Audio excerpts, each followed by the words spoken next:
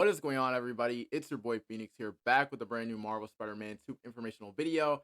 And in today's video, the New York Times sat down with some of the game directors over at Insomniac, where they sat down and answered a couple of questions about how they were going to make New York City look as detailed as possible. So without a doubt, if you guys haven't already, make sure you guys go ahead and hit that like button down below, hit that subscribe button as well. And without a doubt, let's go ahead and jump right into it. So this article comes from the New York Times, and it says, the game's design director, Jose Benavides, said his research involved contacting organizations like the Center for Brooklyn History, posting on Reddit groups devoted to the borough, and calling businesses near the buildings he was studying, which could honestly think that he had to make sure that the boroughs were looking very detailed as possible in the game.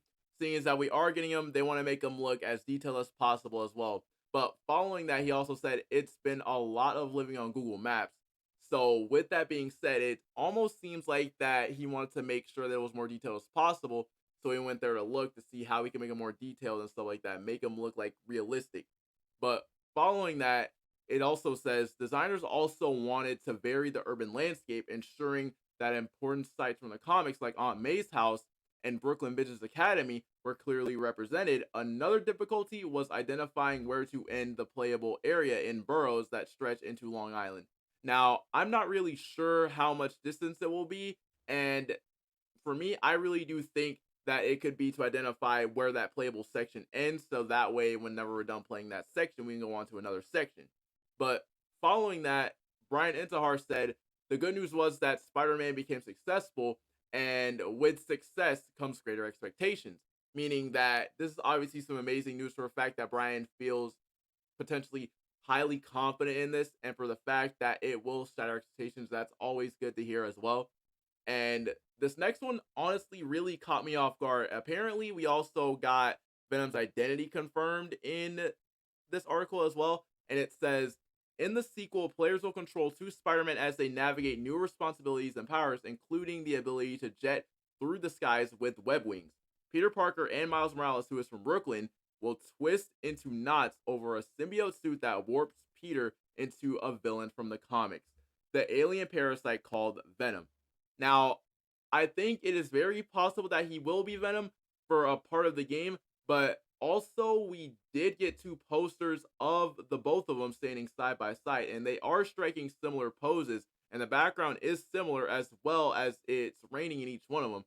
My guess is that it's probably going to make us think that he is, but we won't know who the host is until we get our hands on the game. So until then, with that, I'm not sure if he's going to be Venom in the game, because if he is, I feel like he's going to be Venom for part of the game, because we still need that Peter versus Miles fight.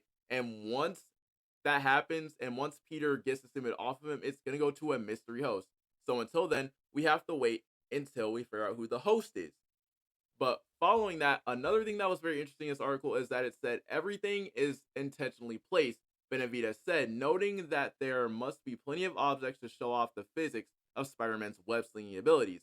Where there is combat, people like breaking things, reasoned Justin Chu, who is the senior art director over at Insomniac Games, who said Marvel Spider-Man was built specifically for the powerful PlayStation 5, which allowed Chu's team to design buildings with greater depth. Spider-Man may see more than his reflection when he scales a skyscraper with some windows that peer into office cubicles and living rooms.